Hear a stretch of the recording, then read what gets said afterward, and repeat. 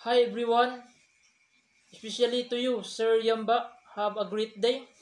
So today, I will discuss the process of provision, violation of provision, and termination of provision. So first is process of provision.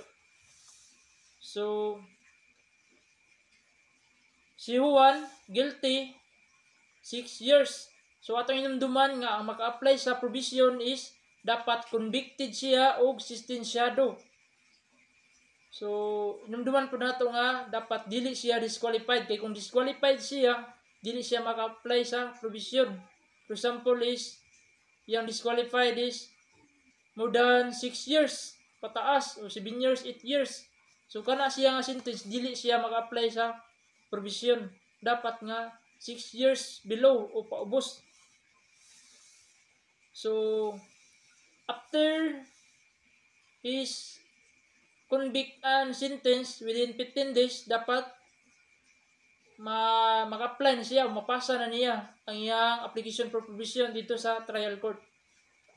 So next is provisional remedies. So diha na ang upat: new trial, reconsideration, appeal o provision. Kanang upat diha magpili ka diha kung asa ang imuhang angayan nga o gusto nimo nga applyan. So ang gipili ni Juan is provision. So submit application for provision to trial court. So sentence is suspended, nasuspensa imong sentence. So bill, ang bill is kanang magbayad. O pwede ka magpiyansa kibali, ana. Recognizance is naay mo pasalig. For example, si Mayor pasalig sa mga o si Mayor ni promise na siya na bahala sa mga. So next is prosecutor. So comment within 10 days. So mo-comment ang prosecutor. Tan-aw niya o i-determine niya kung angayan baka mo apply sa provision. So kung maangayan niya, balik niya sa trial court. So, nada yung referral order ang trial court. So, ipasa na po niya sa provision office. So, investigating by officer. So, sa provision office, diha may tabo ang pag-investigate o in-investigate ang background sa petitioner. So, by the way guys, ang tawag sa ni-apply og provision is petitioner. So, the investigating officer conduct post-sentence investigation within 60 days. So, ang pag-conduct og post-sentence investigation is 60 days. So, may tabo nga initial interview within 5 days. So, 5 days ang initial interview. O kailangan nga mo affair o mo pakita o mo present ang petitioner within 72 hours. Kung dili siya mo present, matawag siya nga absconding petitioner.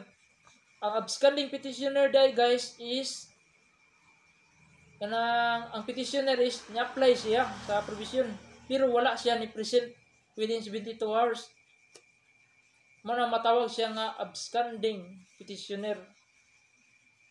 So, accomplished worksheet is background na niya, background sa petitioner. Dia i-investigate. First is waiver come authorization. So, example na is access their medical record, employment history, or contact information. Next is collateral information. Example is family reports. So, kung unsay mga idea sa iyang pamilya or ikasulti about sa imuha or about sa petitioner. Next is partial courtesy. Partial courtesy guys is ang mga mga na-achieve like medal or trophy or unsa ba mga certificate nga na-achieve ni petitioner. So paghuman na tanan, so ang investigating officer submit og PSIR, or ang PSIR is post-sentence investigation report to trial court. Muna i-submit niya PSIR. So recommendatory in nature, persuasive in character.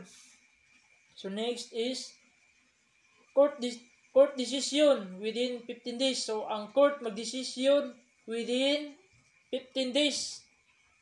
So duha lang ang desisyon sa court, deny baka o granted.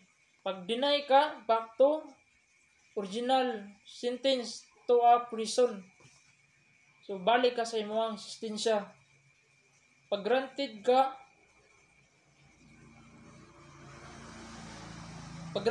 became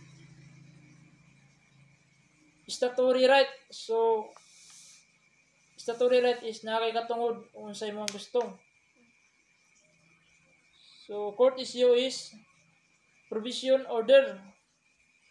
So by the way guys, pag ikaw pag na granted ka, ang tawag sa imo is provisioner na, dili na petitioner.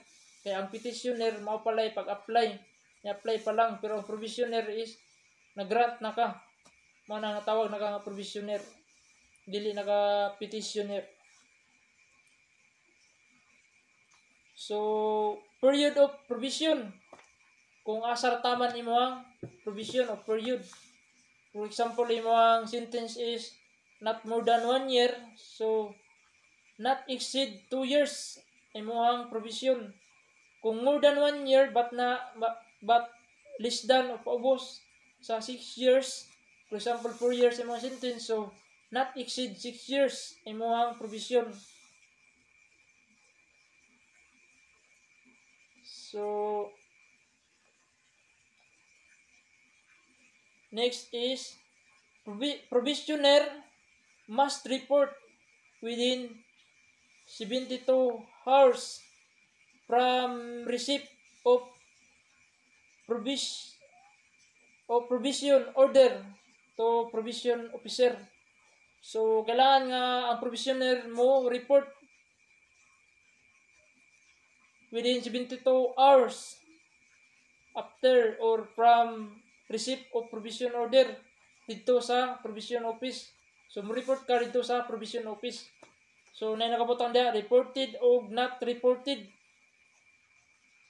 Kung gapadayon ka report within 72 hours initial supervision upon reporting, so kung gapadayon ka, so report ka once a month.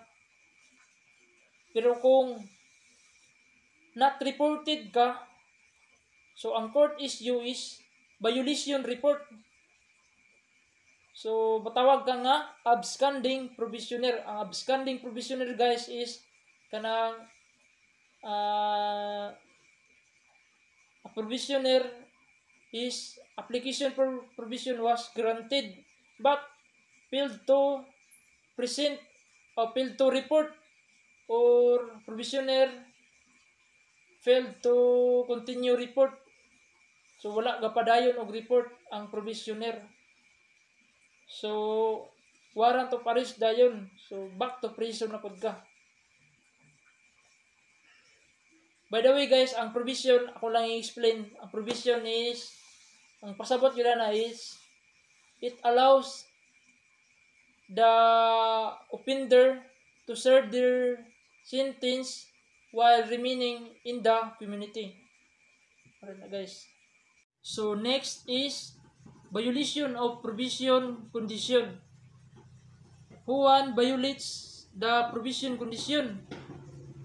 So si Juan daw naka-violate o condition sa provision. For example is ang na-violate niya is engaging in new criminal activity or leaving the state without permission. So mao na ang example sa violation or na-violate ni Juan nga condition sa provision. So next is informant report to probation office. So informant or tigsumbong mo report sa probation office tungod sa nabuhat ni Juan nga violation. So ang SPO o supervising probation officer conduct fact-finding investigation kung unsa ka tinuod nga nakabiolate si Juan sa probation. Then is veracity and truthfulness. Next is SPO prepare violation report. So mag-prepare ang SPO og violation report. So adisir ni SPO mapasa ang violation report sa dito sa trial court, kailangan nga i-review sa ni si PPO o Chief Parole and Probation Officer.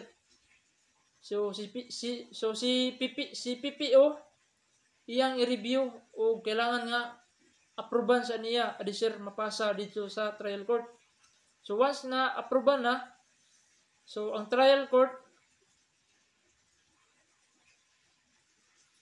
issue day niya is warrant of arrest kaya nakabiolate gyud si Juan. So summary hearing diya may tabo na sa trial court. So si provisioner na siya right to be informed, may post bail, right to counsel. Then the state is represented by prosecuting officer, mga lawyer o judge. Sila ang mag-prosecute. Trial court.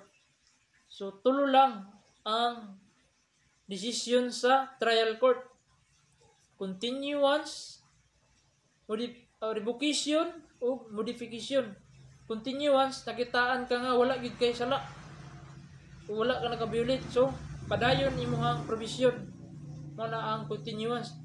Pero kung nakitaan ka nga naa kay sala o naka-violate ka sa provision, so back to serve the original sentence to the prison. So balik ka sa imong original sentence. So ang modification is not appealable but correctable by certiorari. Ang modification guys is a change or alteration, usually to make something work better or i-review ang case. Also correctable by certiorari. Ang certiorari is a higher court reviewing the decision of a lower court. So murag na apay chance decision otro ang case, like i-continuance kung makita sa certiorari nga angyan siya i-grant. Mo na ang modification guys. So ang pangutan na when can the court modify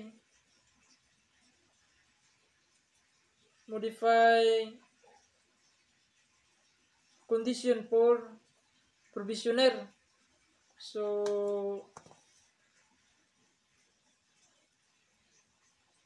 kanus daw ang pauta na days kanus may tabo ang modify. So number 1 is anytime during supervision. 2 is after summary hearing. 3 is upon application by provision officer or provisioner himself. So diya may tabo ang modify o modification. So next is termination of provision. Termination of provision is a final report, is also called as termination report. So ang final report o maor na siya o termination report, December sila sabot. So final report